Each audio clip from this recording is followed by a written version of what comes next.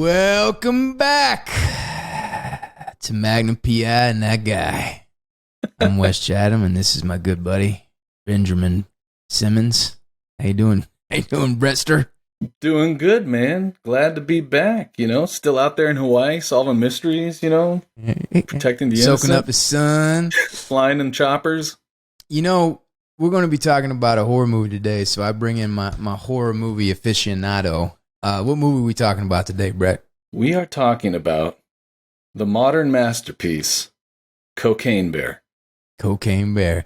We want to send a little love out to our lover, sometimes hugger, Ty Frank. He's got a little stomach bug tonight, and he was partying and highfalutin parties, and I guess he got a little highfalutin bug, and so he's stuck in his bedroom and on the pot. So we'll send a little love because he's not going to make the podcast today. It's more like TMI in that guy. You know what I mean? So, Brett, I want to know, first of all, how you heard about the movie, what you thought about the trailer when you first saw the trailer, and what your initial experience was like. Well, what's funny is like I always, I'm like reading Deadline and Variety and just following, just Hollywood news and updates all the time. And I remember when they announced Cocaine Bear, I was like, wait, this is a joke, right? Like, is it April Fool's? Like, I just couldn't believe that it was real. And then I looked up like the story that it's based off of. It's loosely based off of a true story, but it is crazy that there's any amount of truth to the story at all. So I was like, it more just kind of like lingered in my subconscious just because the name stood out. And I actually never saw the trailer. I just saw the poster because this coffee shop I go to every weekend, like on Saturdays, I just go right in the morning and like hang out it's outside a movie theater. And the poster was right there at my spot, like my comfy chair that they know not to sit in it. Right. And I'm like staring at the poster, and I don't feel like I even really sought out the trailer because the poster kind of did enough for me. And the title kind of did enough for me where I'm like, well, this sounds ridiculous. I'm probably going to see this. And, that was it. It's funny. Did you see American Made? Yes. So I was like, wouldn't it be funny if like somebody like cut in Tom Cruise throwing out all the cocaine, like, at the beginning he threw it out, and then it's like cut to it's like a sequel of that movie, like it happened in the American Made universe of Tom Cruise throwing cocaine out. Like this is like the spinoff. Like this is the untold story. But I think you probably did it the right way. You went and saw the movie with some friends in the theater, right? Yeah, for sure. And it was a riot because, well, for one, what was funny was a big group of us, but we were also the only people in the theater. Not to say that no one was seeing the movie. We went to a matinee, like a bunch of weirdos, and because it was more like midday. We were like, hey, let's all hang out. Hey, let's go see this crazy movie because we all like horror movies. And so we went and ended up having the whole movie theater to ourselves, but we were already a big group. So it just kind of, when I would have like been stoked to hear the whole place reacting, it was funny because there's like 12 of us there able to freely react without worrying about anybody else being there. And so it was crazy because the other thing is like you hear about a movie called Cocaine Bear, and we were all just kind of going into the movie placing bets on what we were going to see, almost like horror movie bingo. We're sitting there just going like, all right, $10 says we're going to get a close up of the bear's pupil when he sniffs cocaine, and his eyes are going to go wide and crazy. And it doesn't happen until the end of the movie, but when it happened, like we were all on our feet. Where I was like, yeah. Yeah. Did it get you right away?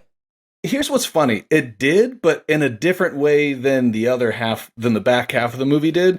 Because when the movie started, like I was laughing at the drug dealer, like knocking his head on the plane and falling out, and like, yeah. I was like, oh, this is funny because I thought I was in on a joke. And then, they're introducing the characters and the characters are all funny, but I didn't realize what the humor was yet or what the movie was trying to be. It's kind of one of those things where, like, I know we kind of started talking a little bit before we started, but it's like, it's like you're on a first date with a stranger and you're kind of trying to get their vibe. And the longer you're hanging out, the more you're kind of going, oh, this is your sense of humor, or this is what you're all about. I couldn't tell if the movie was like treating itself as a joke or as like a spoof, which I actually like get kind of annoyed by when horror movies do, because horror movies are so predicated on stakes, right? Like life and death needs to feel real. And I couldn't tell how real it was really going with it, or if it was just trying to be funny. So when the guy like knocks his head and he falls out, I was like, okay, it's that type of movie. And then they introduced the main detective, you know, who's like really funny and like all into like cute dogs.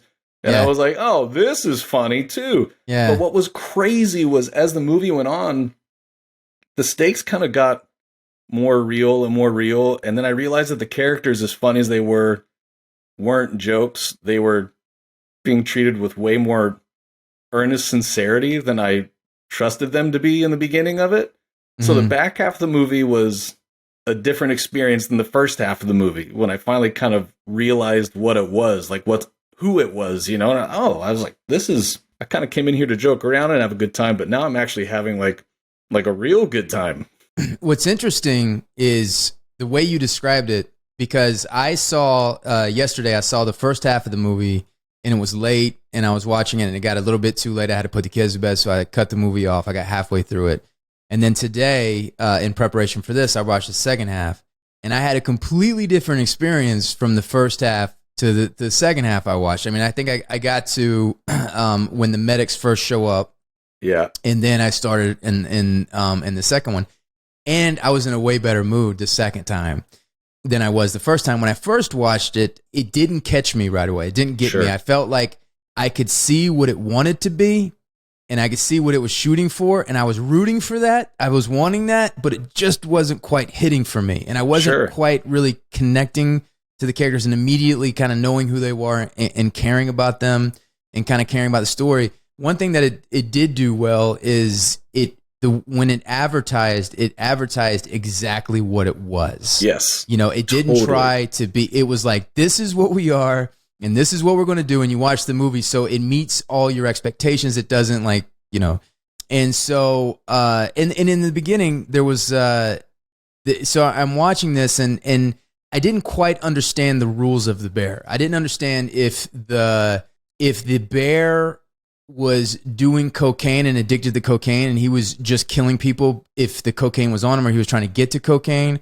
or if the bear would do cocaine and go homicidal, you know, just turn crazed and kill everything, you know, there. And I couldn't really tell what that was. So there's a few things that kind of put me off. And another thing that put me off is when I first saw the trailer and I saw the poster, I said, you know, this is one joke. Yeah, I know exactly what you mean. Yeah. Yeah, I was like, you know, this is kind of a one joke movie. I thought that. Yeah. And for me, cocaine humor is maybe funny like one or two scenes, but like I'm coked out of my mind and I'm doing like it to me, it just runs out of fuel real like absolutely. You know, particularly. And so for me it peaked when the guy was all coked up and he's throwing stuff out of the thing in the plane.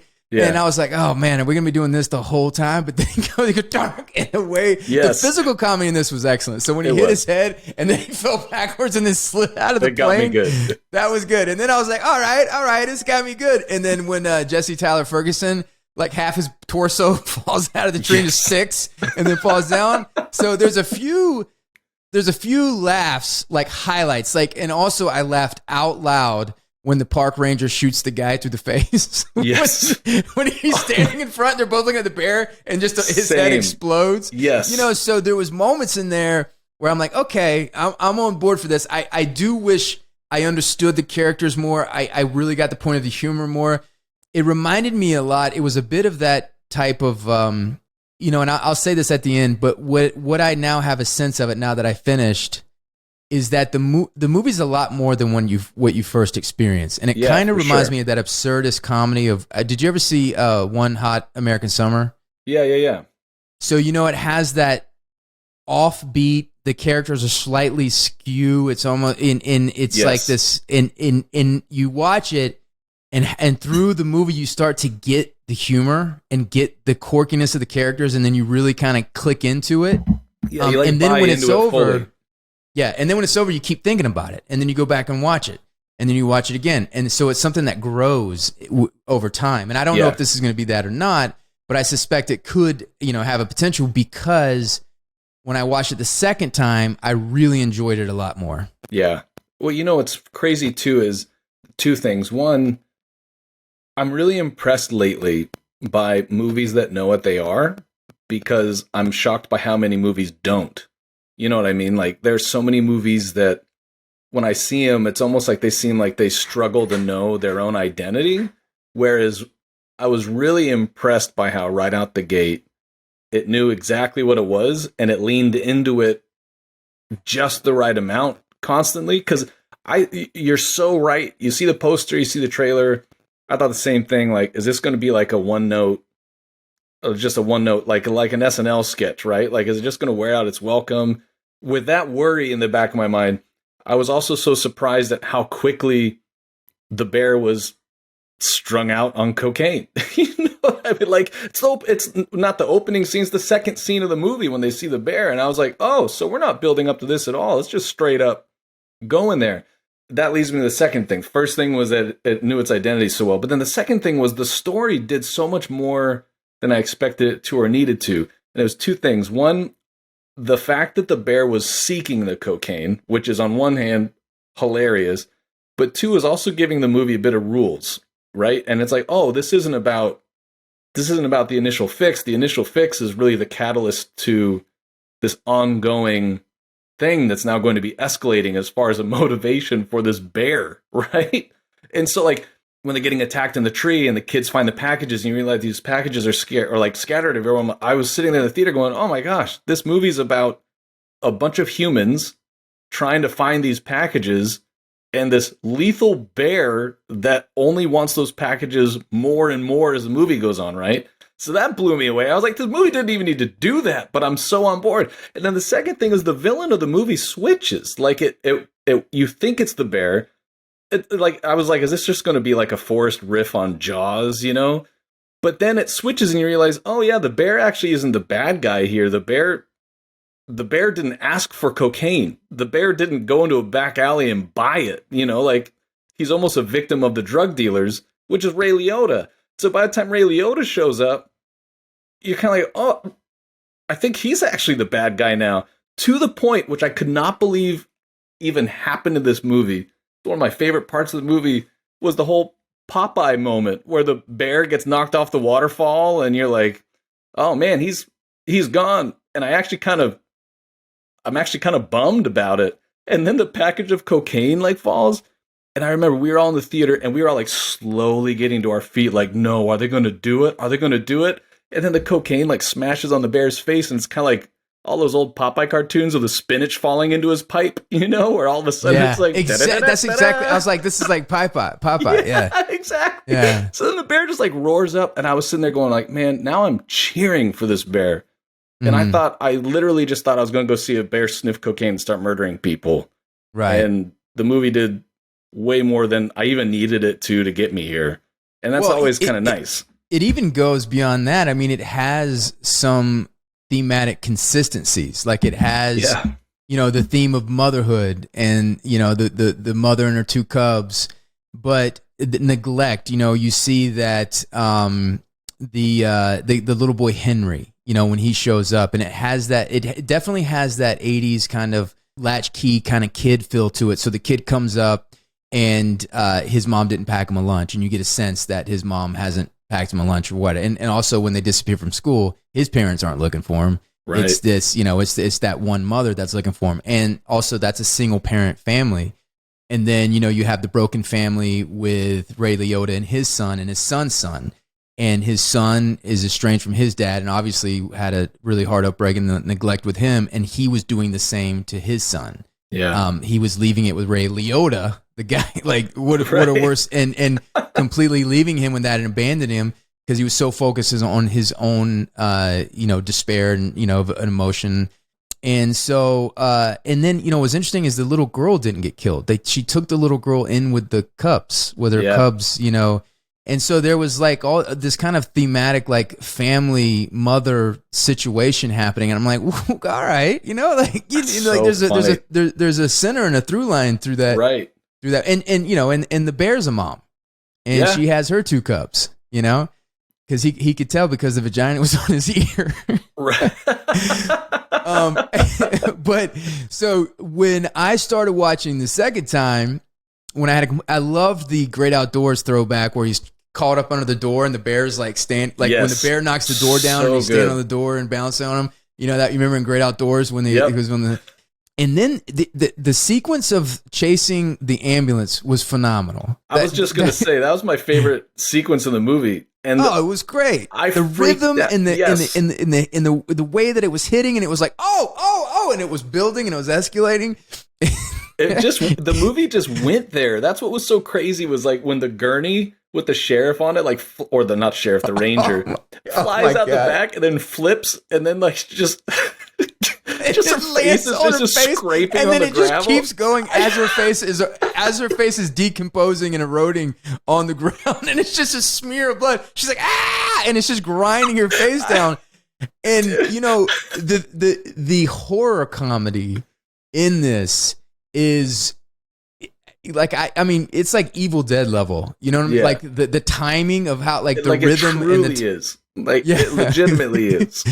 And then the guy, when the other orderly, when he gets to the front seat and he tries to say something, he holds and his hand falls over. It's like his hand's completely ripped off.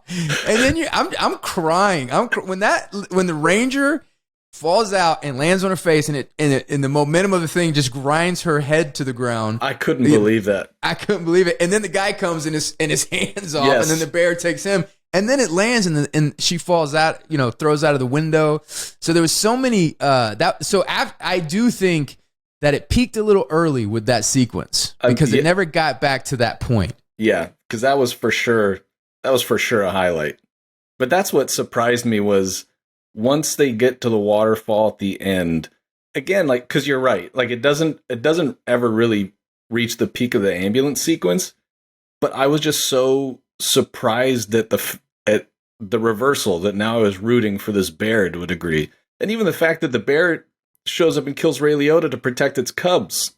Like, it's not the drugs, it's to protect the cubs. And I'm like, this is crazy. This movie is surprising me so much. Because even, like, I watched the trailer after I saw it, and, you know, it's like, they have, like, the slow-mo shot of the bear leaping at the ambulance, and, like, people, like, running from the bear. I literally thought this movie was going to be a bear sniffing cocaine and then just being crazy for a movie. And it was very refreshing to see a movie that I expected nothing more from, that went so far beyond my expectations to actually tell a pretty endearing story that shocked the heck out of me. I mean, when I was watching the ambulance sequence, I was hiding my eyes so much. I was applauding as much as I was, like, hiding. I was like, yes, I can't believe it did that, but I can't believe I saw that either. And it was also like, because you're right, because Evil Dead did this so well.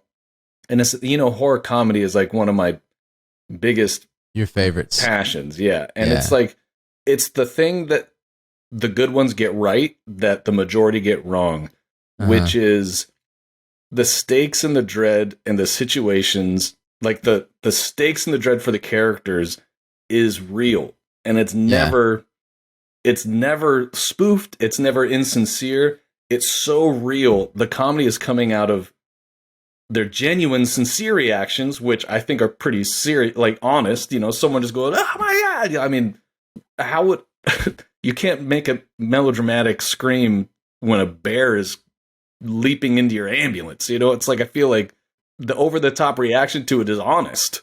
Yeah, and I agree with you. I think for the horror comedy has to work. One thing I do wish was a bit more real was the Ray Liotta character, and I wish he was a bit more of a threat. The bear was obviously a threat, but when Ray Liotta came, there was like it wasn't clear enough that he was now occupying the antagonist space in the sense of, like, I never was afraid of him. Like, I never was afraid of what he was going to do. And when he pointed the gun at the girl, there was never a moment of, like, thinking that he's really going to shoot her, or there was never and so it was almost, it didn't have that, like, if he showed up and was truly a scary guy, and you know, now that you care about Olden Ehrenreich and O'Shea Jackson, is that how you say his name? O'Shea Jackson. Yeah, he's O'Shea awesome. Jackson. I mean, they were all awesome. Yeah, so now when you start to care about them, and then the father shows up, I want to feel a little bit about this guy. This guy's just been using these, you know, they're actually good people. They're young people. And, you know, O'Shea Jackson has this moral dilemma of, like, he's got to get this cocaine because if he doesn't, his friend, these guys are going to come after Ray, and they're going to come after his friend. Right. And so he's the one. He's kind of like the one that's just keeping like the more responsible one in a weird way. Yeah. Because and so when Ray Liotta, I think that was an interesting situation where the cop is trapped on the roof and he has two guys pinned down with a gun, and then he can't see where the other guy is. Yeah. And then the bear shows up. And so that was great. And then the bear falls asleep. I was sitting there just like, you know what? I don't know if I would have bought this in any other context, but I've been so on board with the movie. Just go for it. I just want to give a shout out to Alden, because he just played Han Solo, and I think this is kind of a really ballsy move, and he committed to it 100%. For real. The reason is because there's so many other choices that he could have made. And he chose this movie, but he committed to it. I thought he was very good in the movie. He was great, because him and O'Shea Jackson are like, they're really kind of the heart through line of the movie, right? Yeah, and that's exactly what I mean. That weird dude. Weird dude. That's walking with them. Yeah, that's walking. And then they hug it out. That's the other thing is, like, we've seen the goons attack the good guys in the bathroom 1,000 times, right? And so once they show up and he fights them and he like lays waste to them, I thought that was the end of those characters. And the fact that now one of them is on the journey with them into the woods and officially on the journey through the rest of the movie. I mean, he even gets an end credit scene. I was like, this is crazy, man. Like, I thought this guy was a one-off character, and now he's like a highlight of the movie. And O'Shea Jackson was the one that got like, he was the one getting beat up the most, losing his finger and getting stabbed and stuff. And like, I felt, and then, I thought it was such a great comedic detail that the fingers that got shut off weren't together. Yes. They were like random fingers, and that guy was not even possible. They're not even the two together. But one thing that I was disappointed in is when the goon showed up in the bathroom, and I thought the tone was right, where O'Shea is like, guys, you don't want to do this. This is something. I think it would have been funny if he just completely beat the shit out of him, where there was no retaliation. Like he's like, ah! He's just, because they ended up fighting back, and they kind of turned into this action scene. And we talk about on the show fight consistency a lot. And I think like the reality is like, again, it goes back to that main thing, the neglect. Like, these are kids that, don't have parents, and, and they're trying, like, when he was saying, they're my buds, basically it's the only, like, it's that gang mentality where the only people that show you love or any kind of sense of belonging, and you kind of come together, and they have that, right? But they're not tough kids. Yeah. And it's all a front. They're scared. And so when they come in there, O'Shea's a real gangster. And so if he just took his pistol out and just beat the shit out of these guys, I thought it would have been a lot more funny. That's a great point. The fact that they like gave him a fight, and he was like doing this, and he got, and the stab in the back was kind of funny. But and so in saying that, it did when at first I was like, I don't know about these guys, but towards the end he won me over. And when he really won me over is when he was like, let's go, when he was going to leave Aldrich, and they were already like, they had this friendship and this connection, and they hugged it out and cried, but he was like going to abandon him. And Aldrich under the bear was like, what are you doing, man? Like,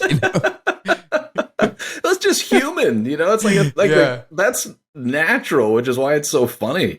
And that's a great point, and that's a really good point you made too about Ray Liotta, where like, he's really only a threat to the characters we've been rooting for, and the only threat I felt was through them, like O'Shea and Alden, But it would have been great to feel the threat more as an audience member, right? Like, if he showed up and just straight up killed one of the characters we like, and it just was a very imposing threat, it would have been great to feel like he might have killed Kerry Russell and her kid, or, to actually feel that would have been amazing. Like, I felt like in a way, it could have worked if he was in a different movie. Yeah. So if he shows up and he wants his drugs, and he's going to kill whoever he's got to kill to get it.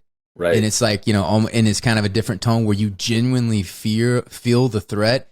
And I would even go so far as when he took the gun to shoot the cop that was walking away, I think he should have shot her.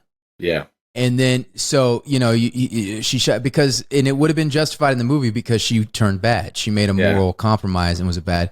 So if he shot her and then they jump in the way and then they try, and then that causes the rift between them where they have to decide if they're on his train or not on his train. Right. Like they kind of were born into this family business but they're not, they're finding out that this is not for them, that they're not those kind of people.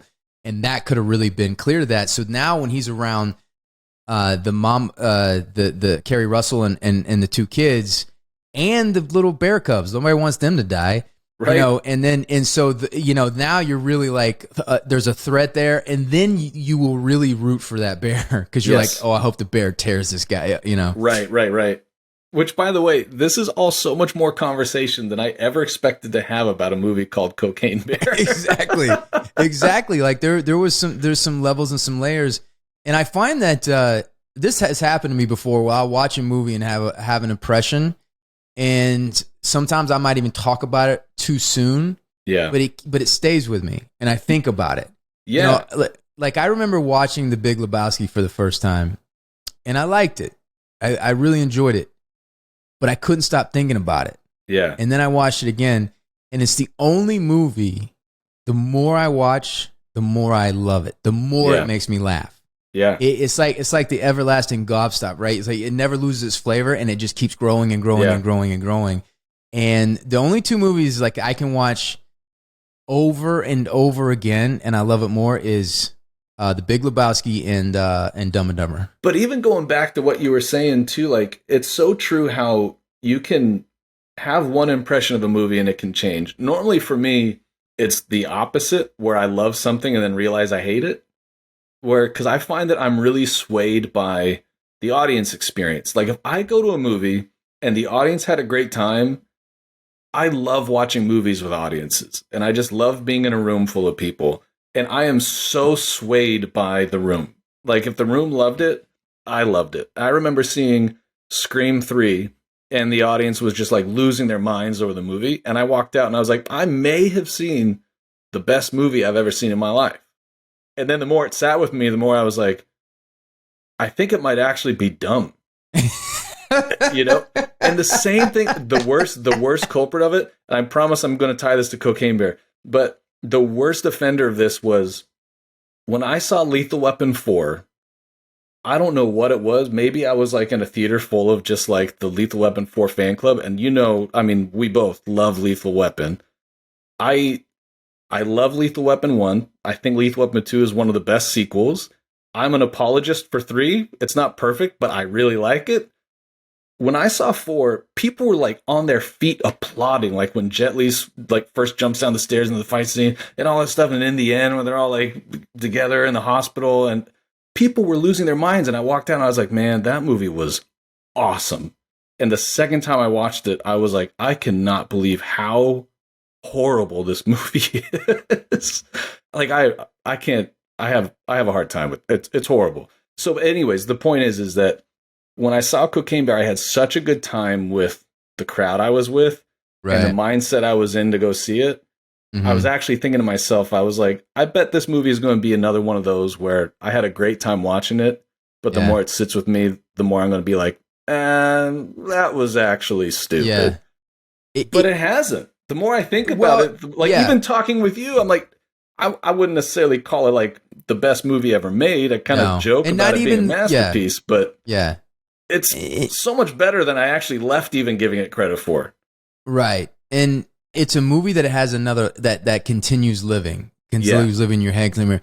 Now, what the verdict's going to be fully, it hasn't happened yet. Right. But I suspect there's something more about that movie. I suspect that that's a movie you can watch a couple of times and it might grow in your esteem.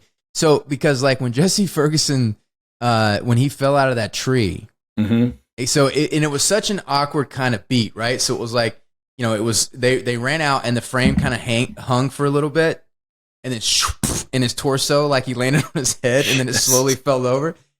And I was like, that's funny. That's funny. And I think if I watched, because I wasn't I wasn't they didn't get me, like if we talked about the Goonies the other day, right? Within the first minute of the Goonies, you're into the tone, you're into the story, you know what the humor is, you know what it is. All of those jokes, those kind of inside jokes and everything, like Data falling through the window and all, you're there. And Corey Feldman when the water's blowing in his face, you know, you're there and you're in the tone. You know who the characters are so fast, everything like that. This one, and maybe because it was an offbeat, maybe because it had that, because it happened to me with one Hot American Summer as well. It wasn't quite there, and I think if I go back, I might laugh out loud at something like that. You know? Yeah, exactly. Like I feel like in my mind, I felt very quickly like this was a movie that would live on as the perfect movie to put on when all of your buddies are over and everyone just wants to throw something on, right? Like it's such a group movie, and it's such a. I remember, I think it was Joss Whedon talked about this. I can't remember. I think it was, but he compared movies to either soda or wine. And he was like, some movies are wine. Some people would call them films. They have to be sipped. They have to be drank slowly. They have to be savored. They have to be, you have to read into it and try and pick up all the subtleties. And then sometimes you just want a good soda. Like sometimes you just want a big cup of sugar that goes down easy and hits your sweet tooth. And that was it. It was instant. It was satisfying, you know? Yeah. And there's a lot of great horror movies that I think the horror movies we always talk about generally are more like wines, you know, like they're more like, man, no. We need to turn everything off. You need to sit. You need to feel the suspense of this. You need to feel the pathos of what these characters are going through and just all the subtleties and subtext that's layered into this dark story. And then there's movies like Cocaine Bear that are, it's just a big old cup of soda. Yeah. It's like, come on. Like, every now and then you want House 2. Yeah. You know, what's funny too is like, or what's a bit sophisticated about this movie is because it's a monster movie, or it's almost like a slasher movie, right? Yeah. But, you know, it's like the characters aren't, you know, usually you got the jock, usually you got the, you know, like if you watch Funhouse, like Tarantino talks about Funhouse and Cinema Speculation, which is like the worst of the caricatures, right? It's like the height of, the guy's like, I'm the jock, and the other guy's, I'm a nerd, and he has a sweater tied around his shoulders the whole movie. Yes. And then the jock guy's like, you know, like all, and it's just like complete, like the worst of the worst. With this one, it's really hard to like, these characters are fresh and original. Like I haven't seen them before. Like those goons, I was like, what are these people? Like they're not rednecks, but they're not like, you know, it's like you couldn't put them, you know, and I know what you mean. There's something like offbeat and off center, and you're like, what's going on? And then the park ranger was kind of like this narcissist. You know, it's like the fact that she's like trying to seduce this. This like this inspector or whatever he was when he showed. I was but like, she wouldn't give him a green sucker, and then and when she shot his buddy through the head, and she's like, I'm sorry. Like it's like that should be the end of it. Like I'm sorry, you know. Right. Let's not talk about this anymore. But even like the medics, like I was like, man, the medics are just kind of like throwaway characters that they actually did something incredible with as far as the ambulance sequence, obviously. Yeah. I thought they were going to get killed right away. Their dedication to get the ranger to the hospital is admirable. Heroic. Yeah. Heroic. So I was so surprised by that movie, man. It's just funny. Yeah. So in honor of the late Ray Liotta, we are going to do, our top 5 is going to be the top 5 Ray Liotta movies. And I know technically he wasn't in Die Hard, but if Ray Liotta was working at that time, he would have been in Die Hard. There's no question. So, in Die Hard. Not Hans Gruber, obviously, but like no, he would not have had the clout to be that role. He but maybe probably like would. The smarmy coworker that's like hitting on his wife.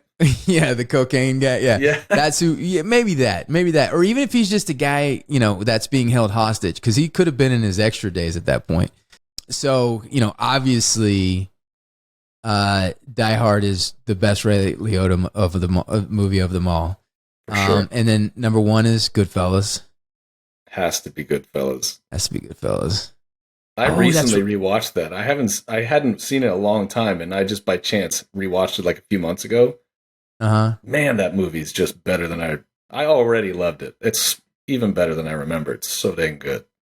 So Something Wild is interesting because that's the first time I remember seeing Ray Liotta. Yeah, same. And I thought I could tell that there was like he was going to have a career because there's something about some actors where there's danger in their presence. Mm-hmm. There's danger behind their eyes, and even if they have a calm, cool demeanor, there's something unpredictable and it's compelling. Yeah. And in Goodfellas is when he reaches his peak in terms of technique and everything, but you see a little bit of that raw power that he had in Something Wild. It's not on the list. He's also not in the movie a ton, but he played Johnny Depp's dad in the movie Blow. And he is so good in it because it's almost like the opposite of his. I actually watched Goodfellas because I had watched this movie Blow I'd never seen Blow, and I was like, oh, I watched it. It's like the opposite of his Goodfellas character, where he's like a dad. He's the dad of a drug dealer. Yeah. And he's just so supportive of just trying to help him fix his life and protect his reputation and help him get on the straight and narrow without ever being like ashamed of him or condescending. And I was like, it was moving. I was so moved by his acting in that movie. I agree. That was a sneaky good movie. Yeah. That's a movie that, it didn't it wasn't like a phenomenon, it wasn't, a big hit, but it's one of Depp's great performances. It's a great movie and it's a well-made movie. Yeah. It's well made, well acted. It's actually really solid. Unlawful Entry has the Kurt Russell privilege, but still is not making that list. What is how do I not know Unlawful Entry? It's when he's the cop and he's and Kurt Russell and Madeline Stowe. And this up, guys. This is awesome. And, it's a good popcorn film. It's a thriller. Yeah. I mean, you had me at Kurt Russell. I know. Dang, that's awesome. There's you call yourself a Kurt Russell fan, and there's a movie you haven't seen that I'm going to go. It was a great yeah, you got to go.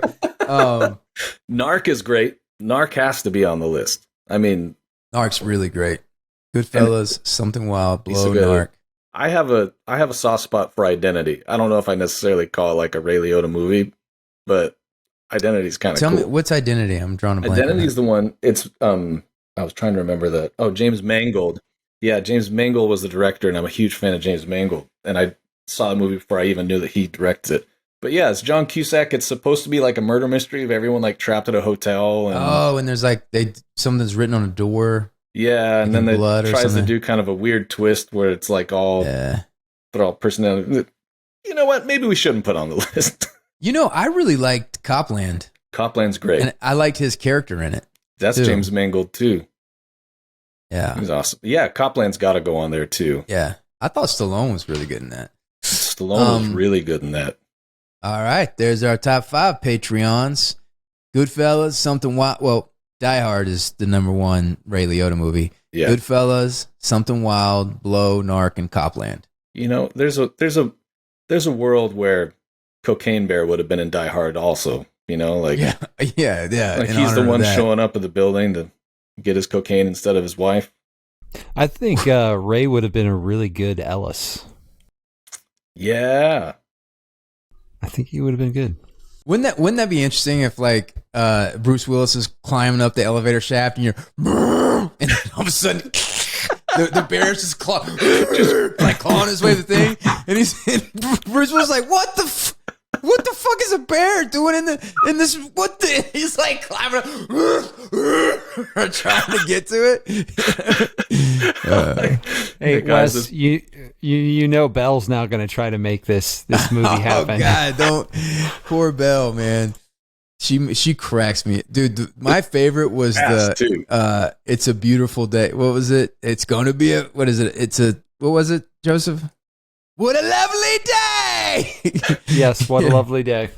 Yeah, Belle's the best. I love her. So awesome. So, all right, Magnum PI. Thank you guys for hanging out with us. Let us know what you think about Cocaine Bear. Please like and subscribe. Ring that little bell, and Ty gets his horns, and get his colon cleaned out because he's got a little bug. So send out your prayers for him. TMI and that guy. Say goodbye, Brett. See you, everybody. Thanks for having me.